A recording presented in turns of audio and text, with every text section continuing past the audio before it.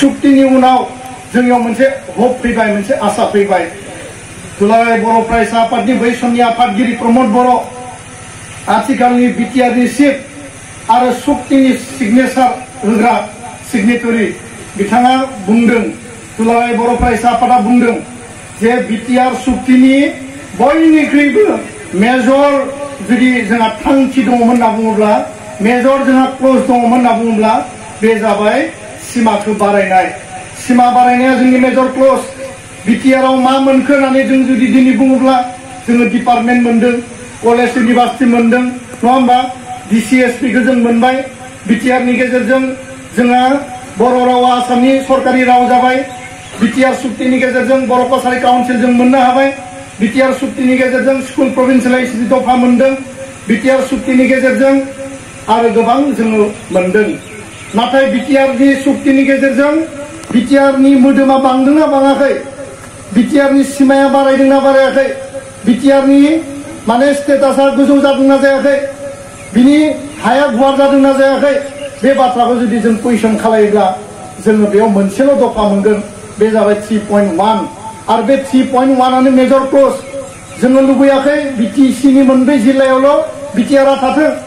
जोङो मेगनजों नायोब्ला नुनाय नङा बेयाव मा जाखो माथो जेबोआनो जायासै सुक्तियाव माथो जेबो गैया नामा सुक्तियाव गासिबो दङ बर' हारि थांना थानायनि थाखाय बर' हारिनि मान मर्यादा बर' हारिनि जौगानाय बर' हारिनि स्टेटास बर' हारिखौ बिश्व दरबाराव प्रतिष्ठा खालामनो थाखाय आल्टिमेट जोंनि गलाव थांनो थाखाय गासिबो दङ किन्तु जों मेगनजों नुवाखै कागजे कलमे नायनांगोन मा मा इमप्लिमेन्ट जाखो जों बेखौ नायनांगोन आधा आधि एक डजनसो इमप्लिमेन्ट जालांबाय आरो माखासे एक डजनसो दङ दा बेनिनो मेजर क्लज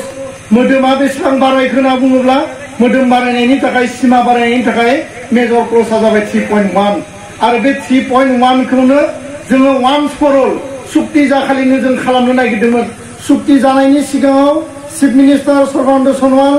आरो फाइनेन्स मिनिस्टार हिमन्त बिश्व शर्माखौ हिमन्तनि न'आव अशोक सिंगालनि न'आव चिफ मिनिस्टारनि ब्रह्मपुत्र गेस्ट हाउसआव चिफ मिनिस्टारनि जनता भवनाव बबेयाव लोगो हमाखै बेखौसो कुइसन खालाम बबेयाव लोगो हमदों बेखौ सोंनो गोनां गैया बिनि थाखाय जों जे बेसेबां माने हाखा दावरा खामानि मावदों हराव उन्दुनाय गैया सानाव मोजां ओंखाम जानाय गैया बबेयाव लोगो हमनांगौ बबेयाव रायलायनांगौ बेफोर काहानिखौ खिथानानै फोजोबनो हाया बे बिजाबनि बेसेबांबा पृष्ठा मोनसे लेखा जागोन दा बेखायनो आङो बेखौल' स्पष्ट बुंगोन जे बिथांमोना बै समाव नैबे ओनसोलनि एमएलए अशोक सिंगाला बादा गैया ओरै नोङो राङापारायावबो बादा गैया बरसलायावबो बादा गैया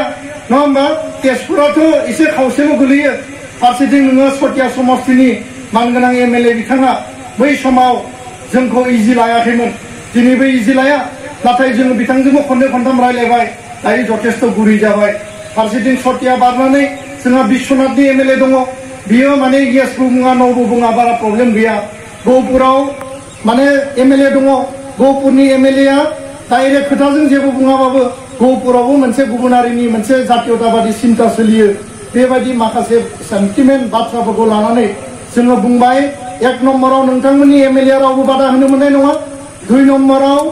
बे ओनसोल 1500सो जि गामि बे गामिखौ नोंथांमोना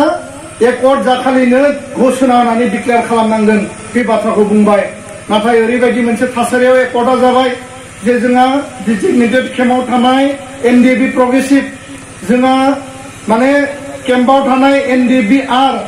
आरो लोगोसे धिरेन ग्रुप आरो फारसेथिं नोङो म्यानमार भुटानाव थानाय एनडिएफिएस हाखु दाखु ज' लोगो नांनानै सुक्तिखौ माने जेरैबायदि मोनसे प्रसेसआव माने आवगाय खालामबाय आरो बे आवगायनानै खालामनायनि थाखाय माखासे दफाफोरखौ जोङो क्लियार खालामबाय माखासे खामानि जोंहा थालांबाय बे खामानिया जाबाय सनितपुर बिश्वनाथाव सोसननो गोनां बे गामिफोरखौ मोनसे सार्भेनि गेजेरजों बेसेबां गामिखौ जोङो दाजाबनांगौ आरो मा गामिखौ जोंनो नाङा जायफोर नन ट्राइबेल जायफोर नन बर' बिनि मोनसे मेपिं खालामनानै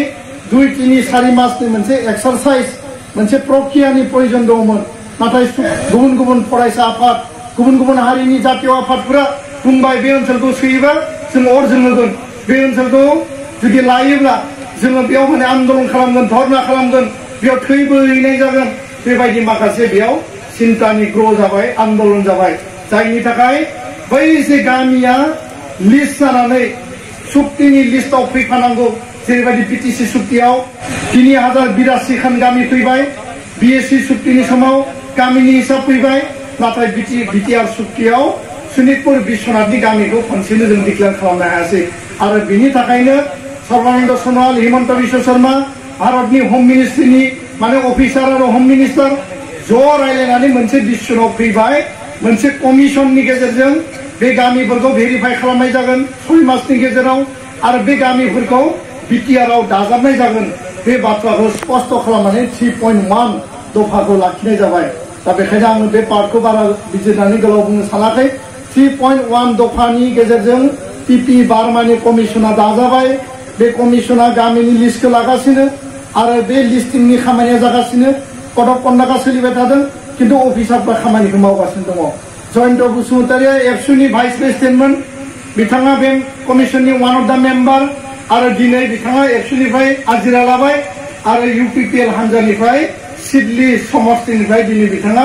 बिजाथि महरै टिकेटबो मोनबाय दा दुलाराय बर' फरायसा आफादा बिथां थांनायनि उनाव जोंनि सासे भाइस प्रेसिडेन्ट बिथाङा एलएलबिबो फरायनाय जोंनि एलएलएम फरायनाय खोरोमदाव औवारी बे भाइस प्रेसिडेन्टखौ जोङो दिनै दुलाराय बर' फरायसा आफादनिफ्राय गामि सोसननाय दाजाबनायनि खामानि मावनो गोनां खामानिखौ कमिसनाव थानानै मावनांगौनि थाखाय खोरोमदाव औवारीखौ जों गोदान मेम्बार हिसाबै जों थिसनबाय दा बेखायनो बे खामानिया कड अफ कन्डाक्ट जोबनाय लोगो लोगो बे ओनसोलाव नायबिजिरनांगौ भेरिफाइ खालामनांगौ जि खालामनांगौ आरो सरकारा जोंनि फेभाराव थानाय लोगो लोगो भारत सरकारा जोंनि फेभाराव दङ आसाम सरकारा जोंनि फेभाराव दङ होम मिनिस्टारा क्लियार काट बुंदों 1-1.5 बोसोरनि गेजेराव बे एकर्डनि गासिबो दफाखौ गासिखौबो मावफुंजोबनांगौ जाहाथे बेयाव खुनु पेन्डिं थाया बे बाथ्राखौ स्पष्ट बुंदों दा बेखायनो आङो खावलायनो नागिरदों जे नैबे सुक्तिनि गेजेरजों गामि सोसननायनि खामानिया क्लियार जानाय लोगो लोगो जोंनि बे ओनसोला बिटिआर ओनसोलाव हाबगोन गामि नटिफिकेसन जागोन भिलेजखौ लानानै भिसिडिसि पन्चायतआ जास्लाबाबा भिसिडिसि दानाय जागोन बिटिआरनि समष्टि दानाय जागोन डिस्ट्रिक्टआ बेयाव बारायगोन आरो बिनि गेजेरजों जौगानायनि आसनि जौगानायनि माखासे खाबु भारत सरकारनि स्किम जौगानायनि लामाया जोंहा क्लियार जागोन पन्चायत भिसिडिसिआबो क्लियार जागोन आरो गामिया बिटिआरआव हाबसोनायाबो क्लियार जागोन दा बेखायनो आङो गोलाव बुङाबासिनो नैबे खामानिखौ बास्तबाव जाफुंहोनांगौनि थाखाय हिमन्त बिश्व शर्मा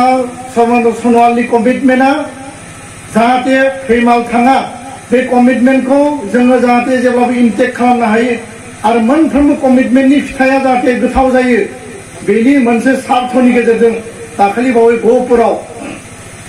नैबे 15 तारिखआव मोनाबिलिनि 8टा बाजियाव दैमालुनि जोंनि आन्चलिक एबसुआव हिमन्त बिश्व शर्मा आरो गहपुरनि एमएलए उत्पल बरामोन ना उत्पल बरा आरो लोगोसे पद्मलोचन दास माने एमपि तेजपुर लकसभा समष्टि बिथां साथामखौ फज'नानै लखिमपुर धेमाजि